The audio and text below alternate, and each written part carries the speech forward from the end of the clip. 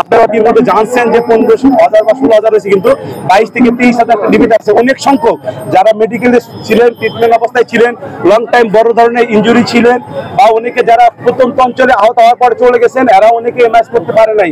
খবরটা মেসেজগুলো সঠিকভাবে না জানার কারণে তাদের কি অ্যাপ্লিকেশন করতে দেরি হয়েছে।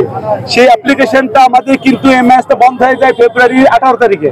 যার কারণে কি যারা অ্যাপ্লিকেশন আগে করেছে এটা যাচাই বাছাই করে এমএস করা যায় নাই। অনেকে দেখা গেছে 15 ফেব্রুয়ারি জমা দিছে, 17 জমা দিছে, কিন্তু এগুলো তো করা যায়নি। জানুয়ারি দিছে, এগুলো ভেরিফাই করতে হলে ক্রিটিক্যাল একটা প্রসেস আছে। আপনি যে ছাত্র আন্দোলনের পক্ষে ছিলেন কিনা 5 আগস্টের আগে, সবই তো আমরিক ছিল। আমাদের যারা কেমন ম্যাপিং খাইছে না, তারাও কিন্তু অ্যাপ্লাই করছে বাঁচার জন্য। তাহলে এইটার জন্য ক্রিটিক্যাল সিচুয়েশন ছিল, সেগুলো ভেরিফাই করে জমা দিতে আমাদের কি একটু সময় লেন্থি লাগছে ভেরিফাই করতে। যার কারণে যারা ট্রিটমেন্টে ছিলেন, অনেক ইনফরমেশন জানতেন না, তারা পরবর্তী অ্যাপ্লাই করছে। এই এমএস গুলো একের পর এক ডেট দিচ্ছিল, সেইগুলো আমাদের কি কবে প্রকাশ করবে এই আস্থা নিয়ে তাদেরকে বিভিন্ন সময় আমাকে করতে 15 তারিখ বা বিভিন্ন ডেট দিছে। সেই ডেট গুলো যখন আমি আহত থেকে দেওয়ার পরে তারা একসময় কমপ্লিট হারাই ভাবছে যে আসলে হয়তো বা মুকুল ভাই বা ওনারা কিন্তু দিয়ে দিতেছে, কিন্তু আমি তো জানতাম, সেটাই বলছিলাম। কিন্তু ফাইনালি এনাদের নিয়ে জানার উদ্দেশ্য ছিল।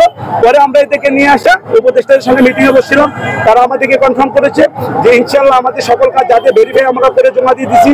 64 জেলা থেকে অলরেডি ভেরিফাই হয়ে কিছু আসছে। কিছু কিছু জেলার মধ্যে রংপুর জেলার ডিসি সাহেব সিরিয়াসলি অনেক জেলার ডিসি সাহেব এই 36 জুলাই নিয়ে অনেক বিঘার আছে। আপনারা অনেকেই জানেন 5 আগস্টের আগে সবাই কিন্তু এই ভালো মনের সাথে মুক্তিযুদ্ধের পক্ষে ছিল না, দেশপ্রেমিক ছিল না। তারা কি হয়েছে, এই জেলার ওই জেলায় গেছে, ওই জেলার এই জেলায় গেছে। এরা কিন্তু কোনো না কোনো ফ্যাসিবাদের মধ্যে, দালালের মধ্যে রয়ে গেছে। আগে হিন্দিতে কথা বলতো, এখন বাংলায় কথা শিখছে। কথা বুঝতে পারছেন, আবার দালালি শুরু করে দিচ্ছে। তো তার কারণে তারা কিন্তু 36 জুলাই অনেকের বিঘার আছে, অ্যালার্জি আছে। সেই সকল জেলা থেকে এখনো কাগজপত্র জমা হয় নাই, সেগুলো ভেরিফাই হয় নাই। যার কারণে ওই কাগজপত্র জমা হলে আমরা আগে এই পাড়ার এমএস করবো না, যেহেতু সময় লস হয়ে গেছে। আমরা এগুলো ভেরিফাই হয়ে গেছে, এগুলো গেজেট করে তারপরে একটা গেজেট প্রকাশ হবে। এটার জন্য ক্যাটাগরি দরকার, এ বি সি ক্যাটাগরি। আমাদের ক্যাটাগরি করা হয়েছে, আপনি ইতিমধ্যে জানেন। সেটা এ বি সি এইভাবে ক্যাটাগরি করে জমা তাহলে আমরা একবারে গেজেট প্রকাশ হবে ইনশাল্লাহ।